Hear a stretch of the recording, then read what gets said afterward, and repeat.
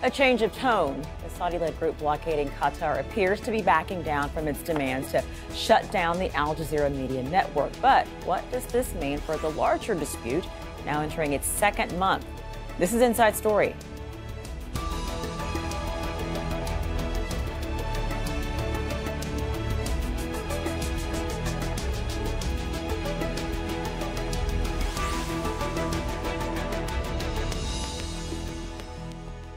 Hello and welcome to the program. I'm Richelle, Carey.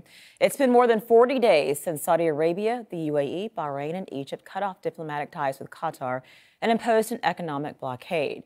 The Secretary of State, Rex Tillerson, visited the region this week to try and find some common ground that could lead to a resolution.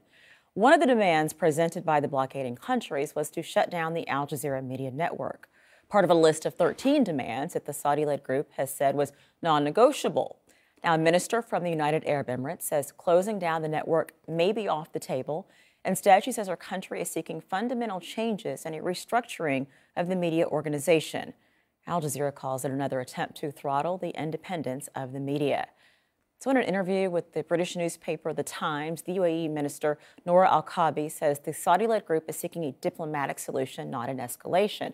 But then she goes on to say a fundamental change and restructuring of Al Jazeera is needed, adding the staff at the channel can keep their jobs and Qatar can still fund a TV channel, but not one which provides a platform for extremists and where the English channel is a protective shield for the more radical Arabic one. Al Jazeera has responded to the minister's statement saying this. It rejects any external intervention pertaining to its organizational structure or journalistic mission and reiterates its independence and professional editorial stance. It goes on to say over the past 20 years, Al Jazeera has demonstrated its editorial independence and refusal to bow down to pressures from anyone serving as a testament to our commitment to the universal values of journalism.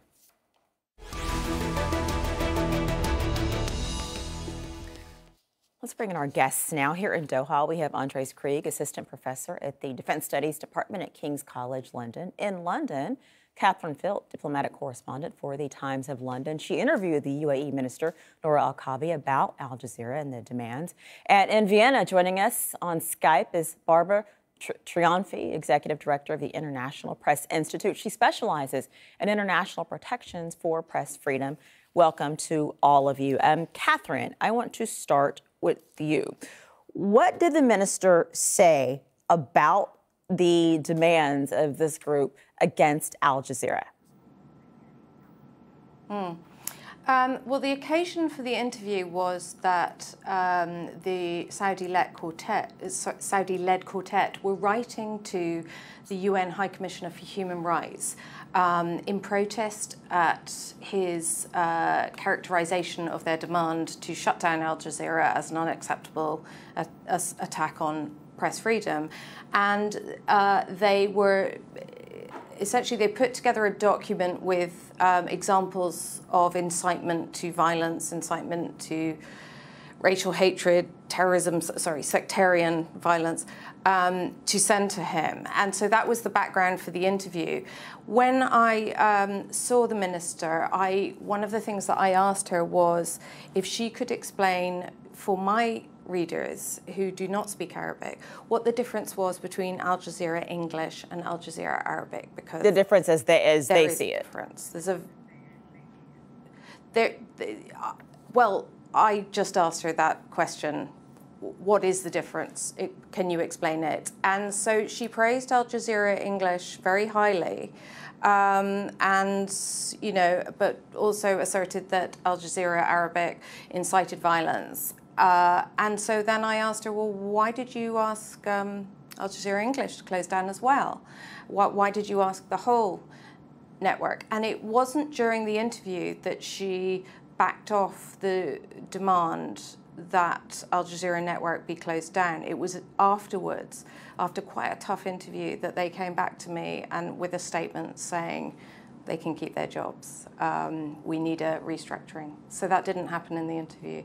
It was as a result of the interview. And I'm glad you referenced that part of the interview, the quote that the staff at the channel can keep their jobs and Qatar can still fund a TV channel.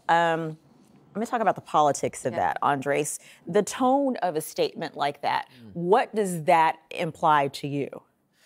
I mean, we have to see this in the context of where this is going on. This is a fight over narratives that we see at the Gulf at the moment with Qatar on one side, UAE and Saudi on the other. And I think the UAE thought initially that they had the narrative on their side, that they had the backing, especially of the Trump administration, that the backing of leaders in the EU, and then realized that it kind of backfired, particularly the demands, not just the demands that infringed on the sovereignty of Qatar, but particularly those that infringed on the freedom of press, freedom of speech in Qatar, where the international community kind of said this is absolutely unacceptable.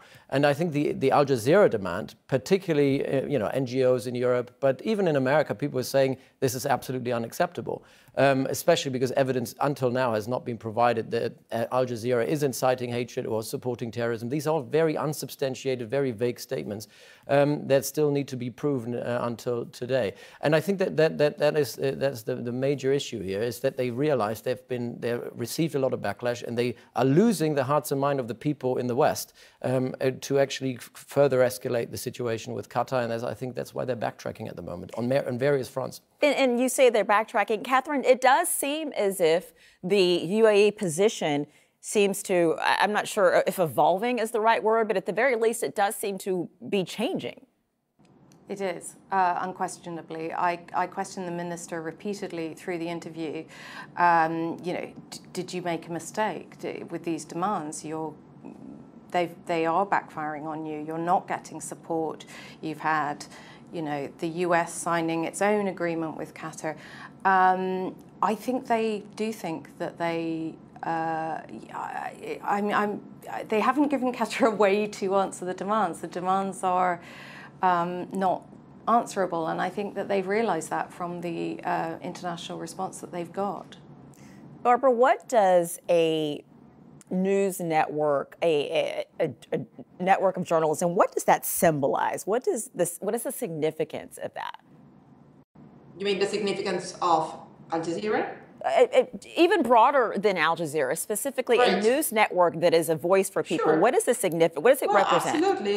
It's exactly what you say, is an element of scrutiny for governments, is the only alternative voice that many people in different countries will be able to hear, other than the opinions expressed by the government. And without the existence of an independent news network, governments and state institutions can act without any sort of accountability. And I think that is the novelty that Al Jazeera has brought to the region, and that is something that the world has acknowledged, and we don't think it should be lost. Andres, why have we not heard more from Saudi Arabia in this regard? We were thinking about this. If you look back the last 20 years of Al Jazeera's existence, I think Saudi Arabia was one of the most vocal critics of the network, because they thought that a lot of the stories that were run on the Arabic side were inciting hatred in Saudi Arabia, were undermining the kind of authoritarian system that they have in Saudi Arabia. But in recent years, Al Jazeera, both English and Arabic, kind of toned down their criticism of Saudi Arabia, and I think the Saudis in general, for the past 3 years, were kind of okay with Saudi Arabia. The issue now is not so much really terrorism. The issue really is that the UAE is trying to impose a narrative of authoritarian stability onto the Middle East. And obviously, you can't have freedom of speech in that kind of narrative. Freedom of speech doesn't fit there. You can't have, and the same goes for Bahrain and Egypt. All these three countries are highly authoritarian countries, highly restrictive on the freedom of speech, and for them, having Al Jazeera and particular individuals who are related to non-state actors, even related to some rebel groups in Syria or something, having their voice being heard in these countries is something that undermines, in their eyes, regime security. You referenced some of the way that some of the countries try to control free speech. We actually put together kind of a summary of some of those things, because activists and human rights groups have in fact called the demands by these blockading nations, they've called them outrageous and in fact cowardly censorship. So let's talk about the UAE. People there are banned from publishing expressions of sympathy for Qatar. The punishment includes a jail term of up to 15 years and a fine of at least $136,000. Then last month, Bahrain arrested Issa Faraj Arama al-Burshad, a prominent human rights lawyer, for suing the government over its restrictions imposed on Qatar. Pro-Qatar statements can actually land you in prison for up to 5 years. And earlier this week, it sentenced another prominent human rights activist to 2 years in prison for spreading what officials called fake news. Both the UN and the U.S. have been calling for his release. And then in January, Saudi Arabia detained Issam Koshak, an activist who used social media sites to push for human rights in the kingdom. And Barbara, I want to go back to you on this. What does it say that a country who is trying to get a network shut down in a country that they have no sovereignty, no control over, also is so restrictive in their own country when it comes to free speech? I mean, it certainly shows that there is no understanding, no appreciation of the fact that free speech and freedom of expression are international human rights and are acknowledged principle internationally. And what I see as the positive side of all the recent events, if you want, is that the pressure that the world has placed on the four countries because of their efforts to shut down a news network shows that still globally the value of and the right to free speech are highly considered. So this is certainly one of the positive outcome of this, and but on the other hand, clearly Saudi Arabia, UAE, and Bahrain are among the most repressive countries in the world, and they have no understanding for free speech principles. Catherine, in your interview with the UAE minister, what did she say in regards to the positions of the other countries? Was she speaking for them as well, or specifically just for the UAE? Well, I pressed her on that. It was hard to tell, to be honest, because I didn't get a strong sense of the coherence of the policy with regard to Al Jazeera, but I had my colleague check it out with Saudi sources, and he suggested that they were ready to go along with the dropping of this demand. I have to say in this that it is everything that has just been said by my interlocutors on the other end is true, that to shut down for these countries to shut down a TV channel when they have no free press in their own country is egregious. But probably most people watching this don't speak Arabic and are not aware of what is happening on Al Jazeera Arabic, and the fact that there is incitement to violence that would not be tolerated in my country, for example. It would not be allowed on the airwaves. That's your view. There is an issue. Well, I mean, if you want me to go further, I do. I want you to continue, but that was important to say. Please continue. Channel is, I'm not a fluent Fusha speaker, so, but that there is an issue. That this is not a baseless charge. Okay, I think that's important to say. Al Jazeera, English and Arabic are very different animals, and the charge is not baseless. The charge that Al Jazeera Arabic subscribes to a jihadist narrative is not without basis. That is important to say. It's very important to say. However, what as Al I raised Jazeera with the minister said during our interview, when she used certain accusations against Al Jazeera, such as that they incite sectarian violence, I said that is nothing I haven't seen on Saudi television. And she conceded that point off the record later on. So, there is an issue here. This is not a straightforward freedom of press issue. Okay, we're talking about the kind of broadcasting that would not get on the airwaves in my country, where I'm sitting right now. That's your country. But that doesn't necessarily mean that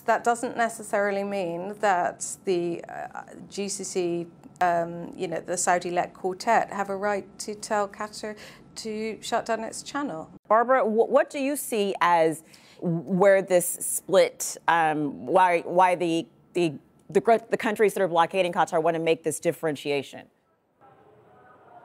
Well, first of all, let me get back to the point that my colleagues mentioned.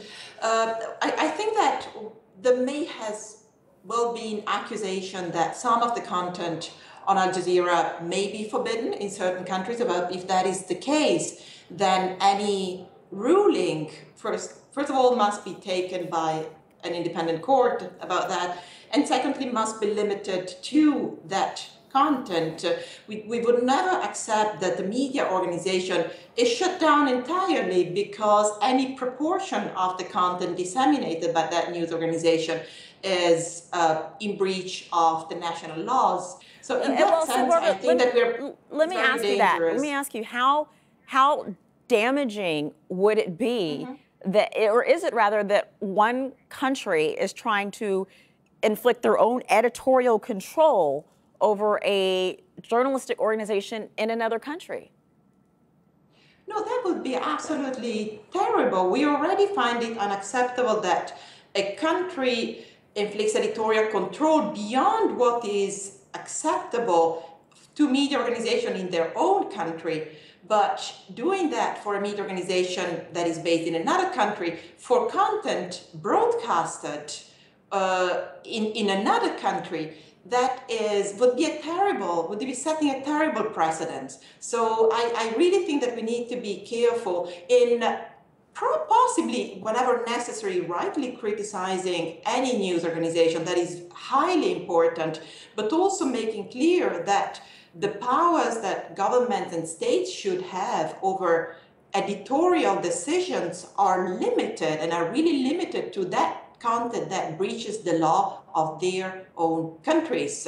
And by saying this, I'm also assuming that the laws of these countries are in line with international standards on freedom of expression, which is not the case in Saudi Arabia, the United Arab Emirates, Bahrain, or certainly Egypt.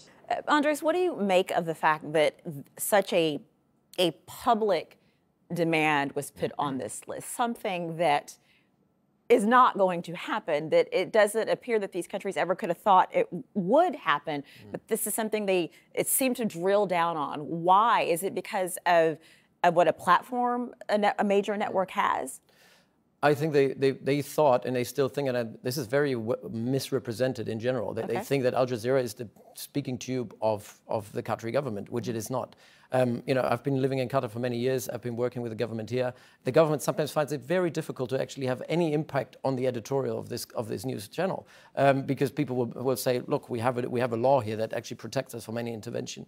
But the narrative is in Saudi Arabia and the UAE is that basically Al Jazeera is the extended arm of a foreign policy of Qatar, which is not the case, and we have to make that very clear. As much as it would have liked to have it, I think I know that the Qatari government, you know, for some of the work that I do, I know that the Qatari government has a much better relationship with some of the news network in the UK, for example, even with the BBC and others. And here in Doha, they're very bad actually in building a good relationship with Al Jazeera. And I'm actually amazed how independent Al Jazeera is in this respect. And I do want to come back to one of the points that were raised earlier. If it's about inciting hatred and sectarian violence and whatnot, I would say, I'm living in the UK. The UK British press is some of the most polarized, some of the most emotional, irrational, and inciting press I've ever seen anywhere. And there's a lot of hatred towards minority, a lot of hatred towards Muslims, and a lot of hatred to people who are not like the mainstream, and particularly on the right-wing fringes of society. So I completely disagree with what Catherine said before. Catherine, do you want to respond?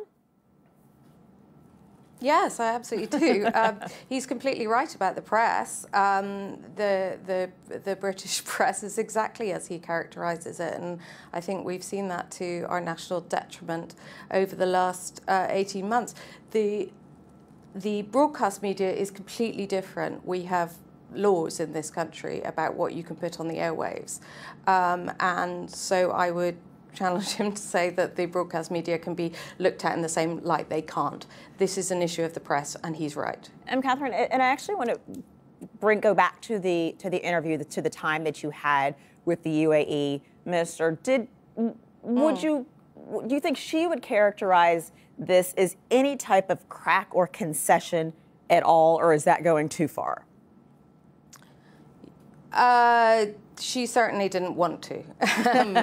There was a reluctance to characterize anything as a rollback or a mistake. You know, it was me that had to remind her that the four states had called the list of 13 demands null and void. And they kept referring me to the Cairo Declaration, which was much more general. You'll remember at the beginning of this dispute, there was pressure from Qatar saying, you've made no specific demands, we don't know what you want. Eventually, they came up with the 13 demands, which were rejected. They were clearly overreach. The four states clearly know that. I think they're quite shocked. I think they overreached. I think that they didn't have a plan B. I don't quite know what they expected, but it is, I would say that they're whatever they were attempting to do failed, and now they're trying to rethink. Andres, to that point, could this end up having, clearly the four countries involved clearly were trying to inflict some sort of, what's the word I'm looking for? At least restrictions. I'm trying to, the restrictions on Qatar, right? Can this end up having negative effects on the entire region?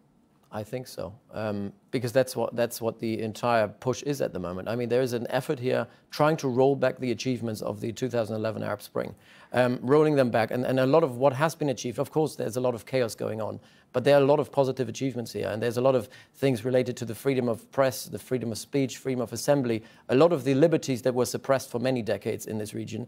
And I think there's a pushback, especially from the UAE and Saudi Arabia, trying to return to an authoritarian region. And I think we have to push it back against this effort, because a lot has been achieved, and a lot of what the people wanted in the Arab Spring is to have their voice heard. And I think Al Jazeera provides this, the voice for the voiceless. I think that's a very important case. Barbara, going forward, this particular episode of these demands to close Al Jazeera, which Al Jazeera has roundly rejected, obviously, what could the implications be of even making such a public demand and then coming back with basically the staff at the channel can keep their jobs, almost implying that we're okay with what you do? What could the implications of something like that be broader for free speech and journalism?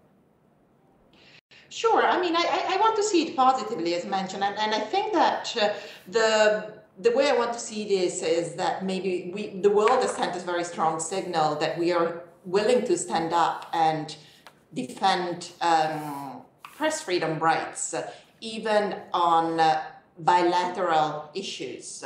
So in that sense, I really want to see it positively. Obviously, admitting that this has a positive outcome, positive for Al Jazeera, and I must add for other media outlets, because Al Jazeera is not the only one that was asked to be shut down. Other Qatar-based media outlets were also, such as Al-Arabi, were also required to be shut down. So should that not happen, it would be disastrous. It would be absolutely disastrous for the whole region. But beyond that, also considering the times we are living in which certain values are being shaken up also in the West. So, but I'm confident that that will not be the result of this crisis. Okay, well, thank you very much for the dialogue, for the conversation. Clearly, we are entering day 41, I believe, and we will continue to obviously bring our viewers the very latest on this and have these discussions. Thank you all very much, Andres Craig, for coming to the studio. Thank you very much.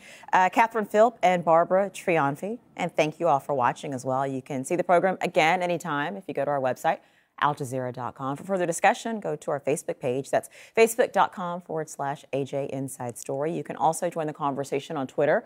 Our handle is @AJ Inside Story. From me, Richelle, Carey, and the entire team. Bye for now.